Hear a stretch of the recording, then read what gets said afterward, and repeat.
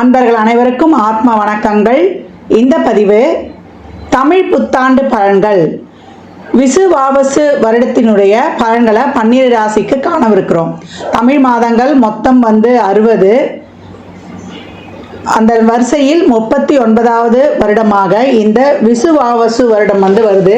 இந்த விசுவாசு வருடம் எப்படி இருக்கும் பொதுவாக அப்படின்னு பஞ்சாங்கத்தில் சொல்லும்பொழுது நிறைய நன்மையும் தீமையும் பலன்களாக தராங்க. இந்த விசுவாவசு வருடத்துடைய ஆரம்ப மாதமே சித்திரை மாதமாக இருக்கும். கோடை மழை நன்கு பொழியும். காய்கறிகள் எல்லாம் நல்லா விளைஞ்சாலுமே விலைவாசி ஏறுன்னு சொல்கிறாங்க. தங்கம் வெள்ளி விலைகள் மேலும் ஏறும். பங்கு வர்த்த விலைகள் கட்டுக்குள் இருக்கும். விவசாயம் செழிக்கும் அப்படின்னு சொல்லிட்டாங்க. இந்த வருடம் விரயம் கம்மியாக இருக்குது. அதனால் எல்லாருக்கிட்டேயும் சேமிப்புகள் அதிகமாகும். இவ்வருடத்தில் மருத்துவ செலவுகள் அதிகமாகும். ஏன்னா அனாரோக்கியத்தோட அளவு ஜாஸ்தியாக இருக்குது. ஆரோக்கியத்தை கொஞ்சம் கம்மியாக இருக்கிறதுனால எப்போவுமே சனிலாம் மீனத்துக்கு வரும்பொழுது உடல் ஆரோக்கியத்தில் டைஜஷன் பிரச்சனை, முழங்கால் மூட்டு வலி, ஏற்கனவே சொன்ன மாதிரி செரிமான கோளாறு, இதெல்லாம் ரொம்ப கவனமாக இருக்கணும். உணவில் நிறைய நல்லெண்ணெய் எடுத்துக்கொள்வது, உடலில் எதிர்ப்பு சக்தியை கூட்டிக் கொள்வது, கழிவு முதல்ல வெளியே போகுதா அப்படின்றத ஃபஸ்ட்டு பார்த்துடணும். அதே போல் கொள்ளு, நான் சொன்ன மாதிரி நல்லா சமையலில் சேர்த்துக்குவது, இயற்கை காய்கறி உணவுகளை அதிகம் சாப்பிடுவது, புரோட்டீன் நார்ச்சத்து உள்ள உணவுகளை எடுத்துக்கொள்வது, இதெல்லாம் ரொம்ப சிறப்பாக இருக்கும் அப்படின்னு சொல்லலாம். தண்ணி நிறைய குடிக்கணும். ஒரு நாளைக்கு 3 லிட்டர் தண்ணி குடிக்கிறது ரொம்ப சிறப்பாக இருக்கும். இதெல்லாம் பொதுவான விஷயங்கள். இந்த வருட பிறப்பின் ஆரம்பத்தில் என்ன மாதிரியான கிரகங்கள் இருக்குதுன்னு அப்படின்னு நம்ம பார்க்க இருக்கிறோம். நமக்கு மேஷத்தில் சூரிய பகவான், ரிஷபத்தில் குரு பகவான், கடகத்தில் செவ்வாய் பகவானும், கன்னியில் கேது பகவானும், புதன் சனி சுக்கிரன் ராகு இவங்கெல்லாம் மீனத்தில் உதயமாகறாங்க. இந்த கோள்களின் கோச்சார நகர்வு எப்படிப்பட்ட பலன்களை தரவிருக்குது அப்படின்றத நம்ம அந்த பதிவில் காணவிருக்கிறோம். தனித்தனி பதிவுகளாக தரவிருக்கிறோம். அன்பர்கள் இது சொல்லியிருக்கின்ற எளிமையான வழிபாட்டு முறைகளையும் வாழ்வியல் பரிகாரங்களையும் பின்பற்றி இந்த ஒரு வருடத்தை மிக சிறப்பாக கடந்து வந்துடலாம்.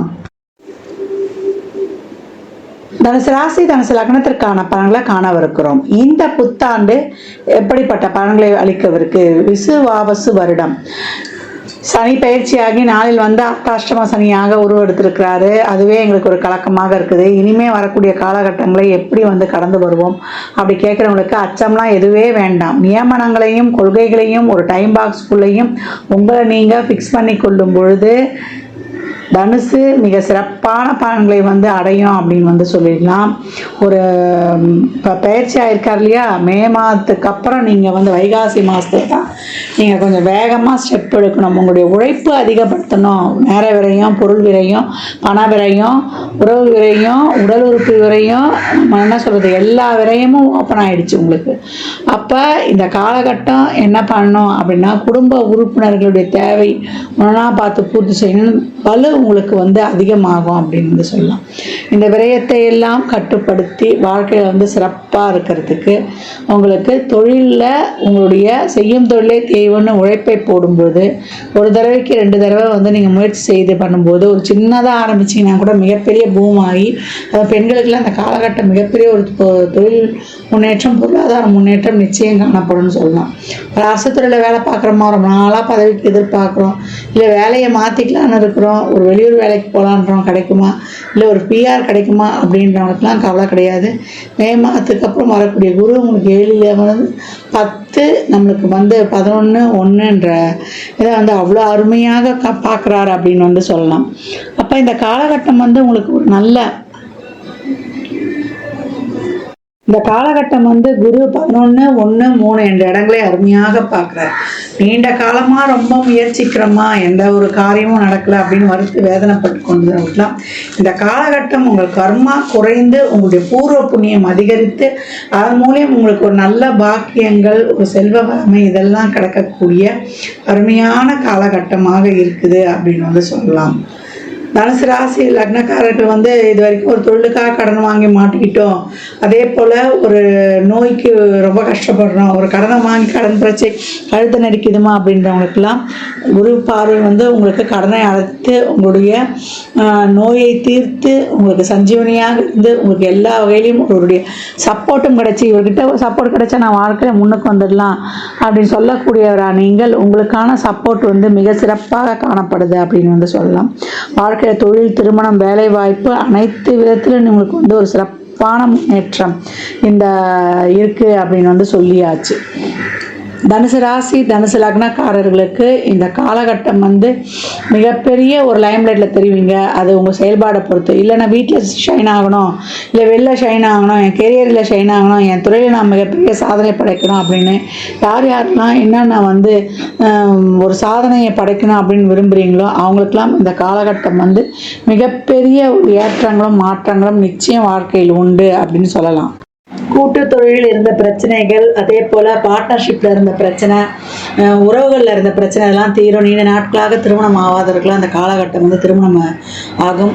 லாபம் வந்து ஆக்டிவேட் ஆகிடுச்சு. அதனால் லாபம் ஏற்பட்டாலே தொழில் நிச்சயம் உண்டு. ஒரு இடத்துல வேலை பார்க்குறோம் நாங்கள் ஒரு தொழிலுக்கு அப்படின்றவங்களுக்கெல்லாம் இந்த காலகட்டம் வந்து உங்கள் படிப்புக்கேற்ற வேலை நிச்சயம் உண்டு. அது உத்தியோகமாக இருந்தாலும் சரி, இல்லை அரசுத்துறை சம்மந்தப்பட்ட ஒரு வேலையாக இருந்தாலும் சரி, இல்லை ஒரு 10 பேரை வச்சு வேலை பார்க்குறதுனாலும் சரி, இந்த காலகட்டம் மிகப்பெரிய தொழில் முன்னேற்றமும் வருமானமும் நிச்சயம் உண்டு அப்படின்னு வந்து சொல்லிடலாம். தனுசு ராசிக்கு இந்த காலகட்டம் வந்து நல்ல ஒரு பாசிட்டிவ் எனர்ஜி வந்துடும். குருவுடைய சிறப்பு பார்வை உங்கள் ராசியை பார்த்து வலுப்படுத்துறதுனால நம்பிக்கை அதிகமாக ஆகும்லாம். நீங்களே வந்து ஒரு பாசிட்டிவ் எனர்ஜி ஆகிடுவீங்க. ஒரு உள்ளமும் உடலும் சிறப்பாக வந்து செயல்படும்பொழுது நீங்கள் மேற்கொள்ளக்கூடிய இல்லை செயல்படுத்தக்கூடிய அனைத்து விஷயங்களும் உங்களுக்கு வெற்றி வாய்ப்பை மட்டுமே தரும். ஒரு தெளிவு கிடைச்சிரும். இந்த வழியில் போனால் நம்ம வந்து இதை வந்து அடையலாம். ஏன்னா அர்த்தாஷ்டம சனியால் நிறைய தடை தாமதங்களை கண்டாலும் அதெல்லாம் தவிடுபொடியாக்கிடுவீங்க. சனி அங்கிருந்து தடையில் அனுப்பி கொண்டே இருந்தால் கேந்திரத்தில் இருக்க குரு அதெல்லாம் வந்து ஃபினிஷ் பண்ணிடுவார். அந்த கால படம்லாம் பார்த்துருக்கீங்களா? அங்கே அரக்கம் வந்து அம்பு விட்டுட்டே இருப்பார். நம்ம கிருஷ்ண பரமாத்மா அதை வாங்கி உடச்சி சாமி வந்து உடச்சி போடுவார். நம்ம அந்த கால சூரசம்ஹாரமாக இருந்தாலும் சரி, தெய்வீக படங்கள்லாம் அந்த மாதிரி பார்க்கலாம். அந்த மாதிரி இப்போ தனுசுக்கு அர்த்தாஷ்டம சனின்னு பயந்து நடுங்கி மூலையில் உட்கார வேண்டாம். வெளியூர் வேலை வாய்ப்புகள், வேலையில் மாற்றம், இதெல்லாம் உங்களுக்கு நல்ல மாற்றங்களாகவே இருக்கும். அக்செப்ட் பண்ணிக்கொள்ளுங்க. நம்மளுக்கு சூழல்லாம் சரியில்லாத போது நம்ம ஒரு அடி தள்ளி இருக்கும்போது கிட்ட வந்தால் முட்டைப்பகை. அப்போ தள்ளி இருக்கும்போது எல்லா உறவுகளும் நம்மளுக்கு வந்து ரொம்ப ஒரு ரிலேஷன்ஷிப்பே ஒரு ஸ்மூத்தாக போகும்னு சொல்லலாம். இது வரைக்கும் இருக்கக்கூடிய பிரச்சனைகளுக்கெல்லாம் நல்லா வந்து தெளிவாக முடிவெடுத்து அதுக்கேற்ற வழியில் நீங்கள் பயணிப்பீங்க. இப்போ ஒரு 3 மாத காலம், மே மாதத்துக்கு அப்புறம் உங்களுக்கு வந்து ரொம்ப சிறப்பாக இருக்கும். வைகாசி மாதத்துக்கு அப்புறம்லாம் உங்களுக்கு வேறு லெவலில் இருக்கிறோம் பலன்கள். இப்போ அது வரைக்கும் கொஞ்சம் பொறுமையாக வந்து கடந்து வந்துருங்க. மற்றபடி என்னென்னு இப்போ வாட்ச் பண்ணுங்கள். இப்போ இறங்கி எதுவும் செய்ய வேணாம். நேரத்துக்கு சாப்பிட்டு நேரத்துக்கு தூங்கக்கூடிய தனுசு ராசி லக்னக்காரர்களுக்கு உடல் ஆரோக்கியம் சிறப்பாக இருக்கும். இல்லைன்னா இருதய சம்மந்தப்பட்ட தொந்தரவு, டைஜஷன் சம்மந்தப்பட்ட தொந்தரவு, வண்டி வாகனங்களில் கவனமாக போகணும். பாம்பன் சுவாமிகள் எழுதிய ரத பந்தம்ன்றதையும் சஸ்திர பந்தம்ன்றதையும் படித்து கொண்டு வரும்பொழுது உங்களுக்கு வாகனத்துலேயும் சரி, குடும்பத்துலேயும் சரி, தொழிலையும் சரி இருக்கக்கூடிய அனைத்து பிரச்சனைகள் நீங்கி உங்களுக்கு சிறப்பான ஒரு செயல்பாடுகள் நடக்கும் அப்படின்னு வந்து சொல்லலாம். மே மாதத்துக்கு அப்புறம் உங்களுக்கு அனைத்து விதமான நன்மைகள் தடை தாமதங்களை தாண்டி நடைபெறும். இந்த வருடப்பிறப்புக்கு நீங்கள் வழிபட வேண்டிய தெய்வம் என்னன்னு கேட்டிங்கன்னா, சுவாமிமலை முருகனை நேரம் இருக்கும்போது பாருங்கள். அப்படி இல்லை வீட்டுக்கு அருகே உள்ள தம்பதி சமயத்தோடு இருக்கக்கூடிய முருகப்பெருமானை வியாழந்தோறும் வழிபட்டு வருவது, இல்லை சித்தர் ஜீவ சமாதி வழிபாடு சென்று வருவது, இதெல்லாம் உங்களுக்கு மிகப்பெரிய மாற்றங்களை கொடுக்கும். வாய்ப்பு இருக்கும்போது திருக்கொள்ளிக்காடு திருநள்ளாறு சென்று இறைவனை வணங்கி வருவது. அங்கே இருக்க தர்பாரண்யேஸ்வரர் தான் நீங்கள் பார்க்கணும். சனீஸ்வர பகவானை மட்டும் பார்த்துட்டு வர்றது உபயோகம் கிடையாது. இந்த காலகட்டம் வந்து நிறைய டிவைன் எனர்ஜியோட உங்கள் எண்ணம், சிந்தனை, சொல், செயல்லாம் சிறப்பாக இருக்கும்பொழுது உங்கள் வாழ்க்கையில் வந்து மிக அதிகப்படியான ஒரு பூமும் ஒரு வெற்றி கொடையும் நாட்டுவீங்க தனுசு ராசிக்காரர்கள்னா அது முற்றிலும் உண்மை. இந்த பலன்கள்லாம் கோள்களின் கோச்சார நகர் வைத்து சொல்லப்பட்டிருக்கு. உங்கள் சுய ஜாதகத்தில் இப்போ என்ன தசாபதி நடக்குது, அது எதற்காக உங்களுக்கு ஊக்கப்படுத்துது, திருமணம் குழந்தை பாக்கியத்திற்கா இல்லை பொருளாதார முன்னேற்றத்திற்கா என்பதெல்லாம் சுய ஜாதகத்தை ஆய்வு செய்வதன் மூலம் மட்டுமே தெல்ல தெளிவாக அறிந்து கொள்ள முடியும். தனுசு ராசி லக்னக்காரர்களுக்கு என் மனமார்ந்த வாழ்த்துக்களை தெரிவித்துக் கொள்கிறேன். புத்தாண்டுல 12 ராசிக்காரர்களும் ஒரு என்னமா பரிகாரம் பண்ணிக்கிறது அப்படின்னா, நல்லா இருக்கிறவங்களும் சரி இல்லை ஒரு சாதகம் இல்லாமல் இருக்கிறவங்களும் சரி நிறைய தான தர்மம் பண்ணுங்க. ஏன்னா சக்கரத்தின் ஒரிஜினல் விரய பாவம் ஓப்பன் ஆயிடுச்சு.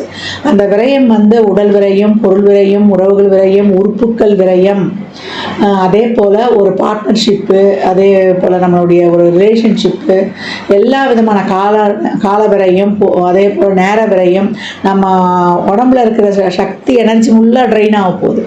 அப்போ நம்ம எப்படி இந்த விரயத்தை கட்டுப்படுத்திக்கணும் அப்படின்னா, ஒரு நல்ல விஷயங்கள் மூலம் நம்மளை ஆக்டிவாக நம்மளுக்கு செய்கிறத விட நம்ம நிறைய உடல் உழைப்பையும் மூளை உழைப்பையும் போடும் பொழுதும் நம்மளை எவ்வளோக்கு எவ்வளோ நம்ம நல்ல எண்ணத்தோட, ஏன்னா சுக்கிரன் உச்சமாகக்கூடிய இடத்துல தான் சனி போயிருக்காரு. அப்போ 4 பேருக்கு ஒரு சேரிட்டி மூலியமாக உதவி பண்ணுறது, தான தர்மங்கள்லாம் உதவி பண்ணும்பொழுது நம்ம அன்றாட பட்ஜெட்டில் நம்ம வீட்டு செலவுகளுக்கு ஒதுக்குற மாதிரி ஒரு தொகையை தான தர்மத்திற்கு ஒரு குறிப்பிட்ட தொகையை நம்மளால் இயன்றது, சாமிக்கு தெரியும் எவ்வளோ தொகை நம்மளால முடியும், நம்ம ஒதுக்கி செய்யப்படுத்தும் போது அம்மா நிதிலாம் உதவி பண்ணுற மாதிரி இல்லை சொல்லலைன்னா உடல் உழைப்பை கொடுங்க. சமுதாயத்தில் இறங்கி துப்புரவு பணியாளர்களுக்கு உங்களால் இயன்ற உழைப்பை தாராளமாக கொடுங்க. தூய்மை காவலர்கள் அவங்களுக்கு ஒரு சாப்பாடு வாங்கி கொடுக்கலாம். உங்களுக்கு சனிக்கிழமையோ வியாழக்கிழமையோ ஞாயிற்றுக்கிழமையோ எப்போ முடியுதோ மதியம் 1 to 2 இல்லை அந்த நாளில் இப்போ ஒரு மாத பிறப்பில் ஒரு நாள், ஆரம்பத்தில் 4, இப்போ சித்திரை மாதம் பிறப்புனா அந்த மாத பிறப்பில் ஒரு நாள்,